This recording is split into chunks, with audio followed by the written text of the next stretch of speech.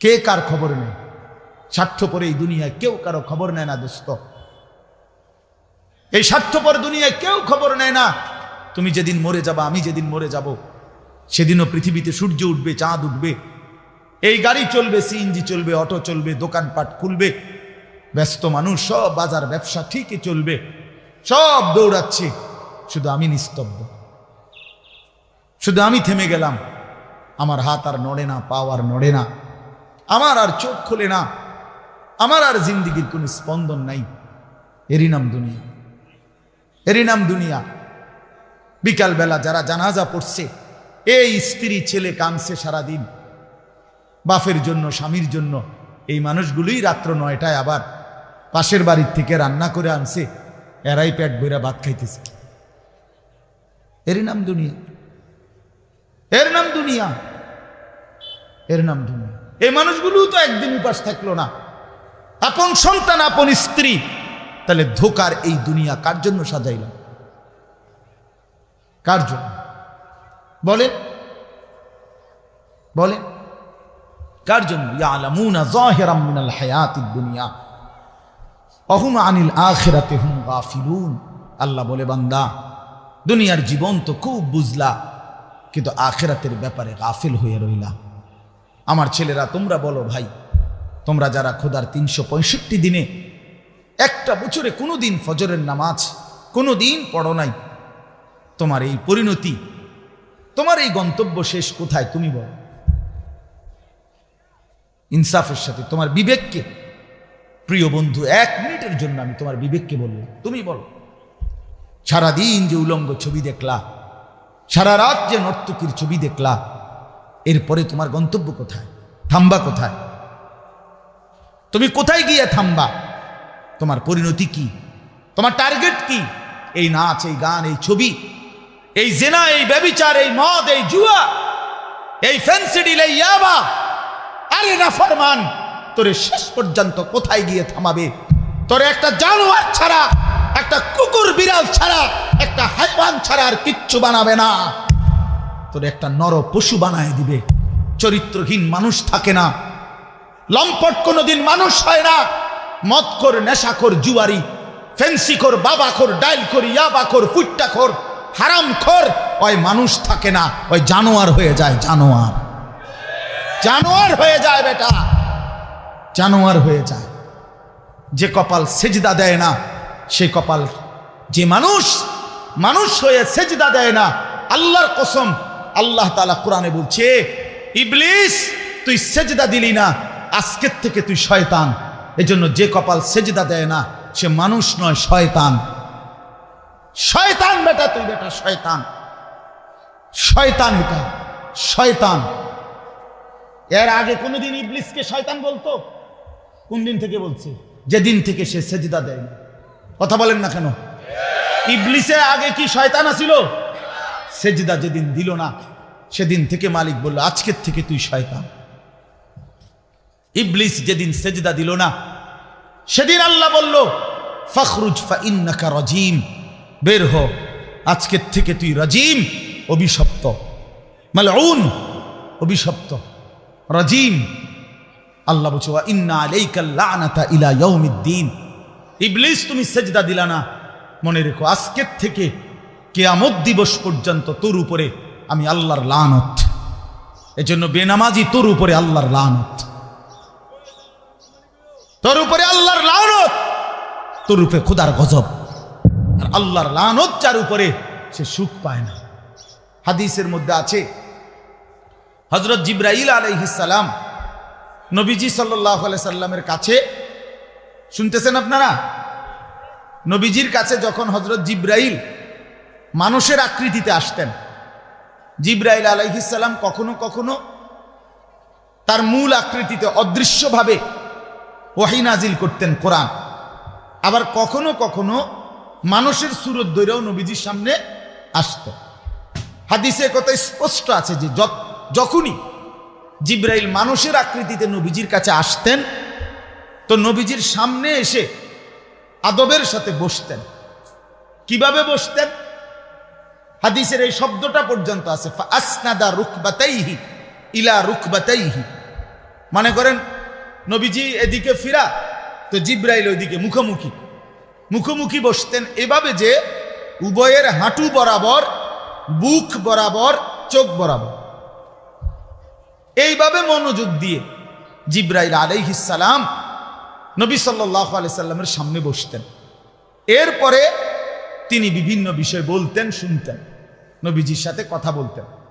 তাইলে আদব এটা আল্লাহর কোরআনের সামনে, রাসূলুল্লাহ সাল্লাল্লাহু আলাইহি সাল্লামের হাদিসের সামনে সর্বোচ্চ আদবের সাথে বসতে হয়। সর্বোচ্চ এটা বসা, এটাই নিয়ম। হাদিসের মধ্যে আছে, আরো শুনাই আমি, হাদিসের মধ্যে আছে, হাদিসে কুদসি, কোন নেককার বান্দারা যখন আল্লাহর জিকির, আল্লাহর তেলাওয়াত, আল্লাহর কথা শুনবার জন্য, বসবার জন্য, বলার জন্য বসে, তো এই পুরা মজমা যখন শেষ হয়, তো আল্লাহ ফেরেশতাদেরকে জিজ্ঞেস করে যে আমার এই বান্দাদেরকে কি পুরস্কার দেওয়া যায়। তো তারা বলে, মহান আল্লাহ, আপনার ইচ্ছা। তো আল্লাহ তাআলা বলেন, শুনো, আমার এই প্রিয় বান্দাদের মজলিস যারা বসলো, আমি তাদের সকলকে মাফ করে দিলাম। তো ফেরেশতারা বলে, আল্লাহ, এখানে এমন লোকও আছে যে এমনি আসছিল, দ্বীনি উদ্দেশ্যে আসে নাই, আপনার কথা শুনতে আসে নাই, এমনি বইছিল আর কি, ইন্নামা জা আলি হাজাতিন, ব্যক্তিগত কোনো উদ্দেশ্যে আসছে, তাকেও মাফ করে দিবেন।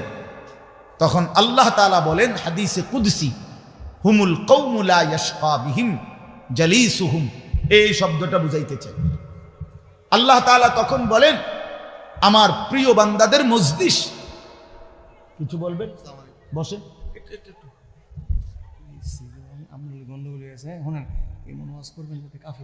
আপনার বলেন, বসেন না, বসেন, বসেন আপনি। তো এই জন্য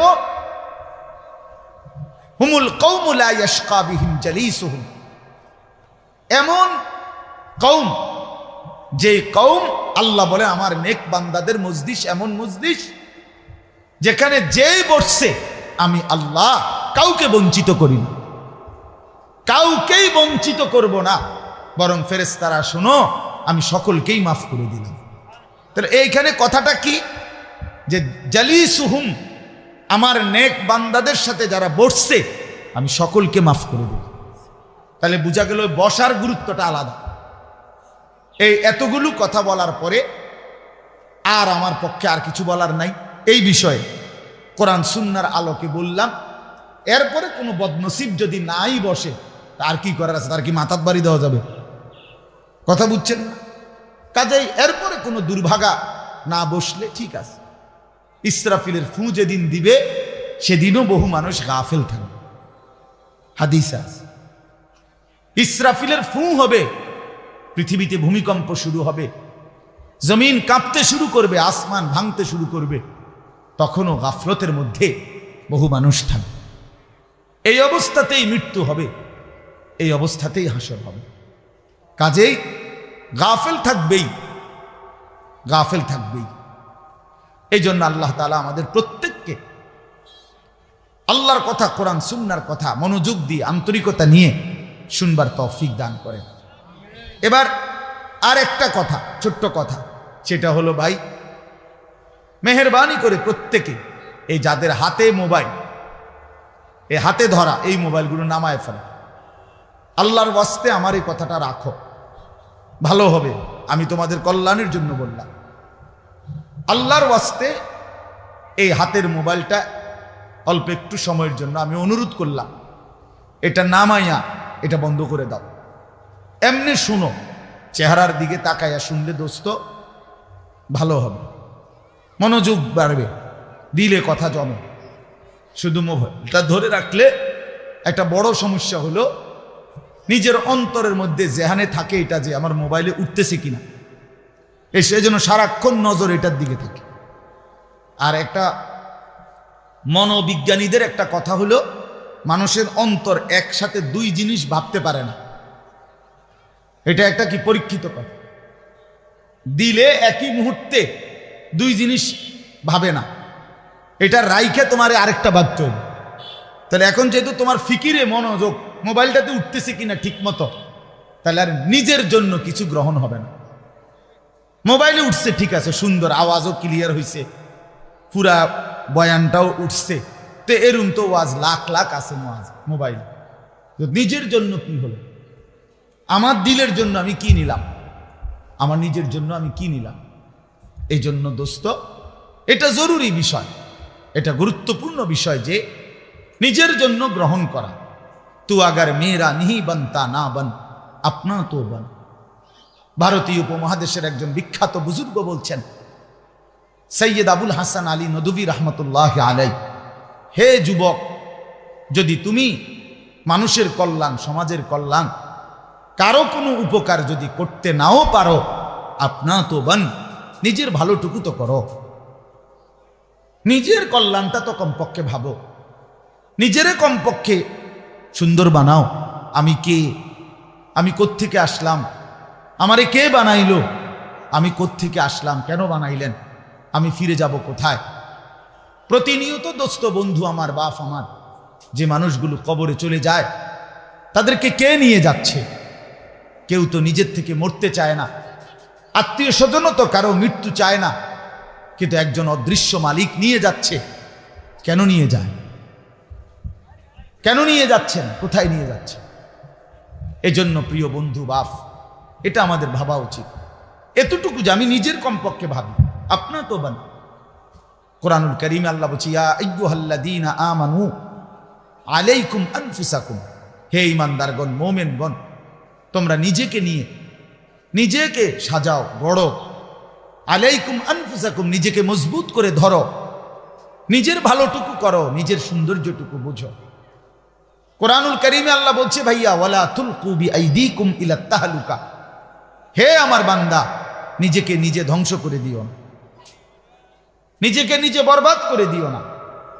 একটা মোটর সাইকেল, অনেক ছেলে পেলে, আমি প্রায় সময় বলি, আমার এতটা মায়া লাগে যে হায়, নিজে একটা মোটর সাইকেল এইভাবে চালায়, মনে হয় যেন একটা কুত্তাও এভাবে দৌড়ায় না, এত দ্রুত গতি। আহা সন্তান, অ্যাক্সিডেন্ট করলে তো তোমারই পাওটা ভাঙ্গা যাবে, অ্যাক্সিডেন্ট করলে তোমার মাথাটা ফাইটা যাবে, অ্যাক্সিডেন্ট করলে তুমি তো রক্তাক্ত হয়ে যাবে। এতটুকু ভালো যদি না বুঝে এই পাগল, এই মাতাল, কি পরিমাণ মাতাল, এ কি পরিমাণ মাতাল! খুব জোরে চালাইলে মানুষে দেখবো, মানুষে দেখতে দেখতে তো তুমি গেছোই গা, তো কি দেখতো মানুষে? এটা দেখবো কি? তা তুমি দেখবার আগে তো তুমিই তো দৌড় দিছো কুত্তার মতো, তো তোমার কি তা চাইতো মানুষ? কি দেখবো এটা? এটা দেখার কি আছে এটাতে? আস্তাগফিরুল্লাহ, আস্তাগফিরুল্লাহ।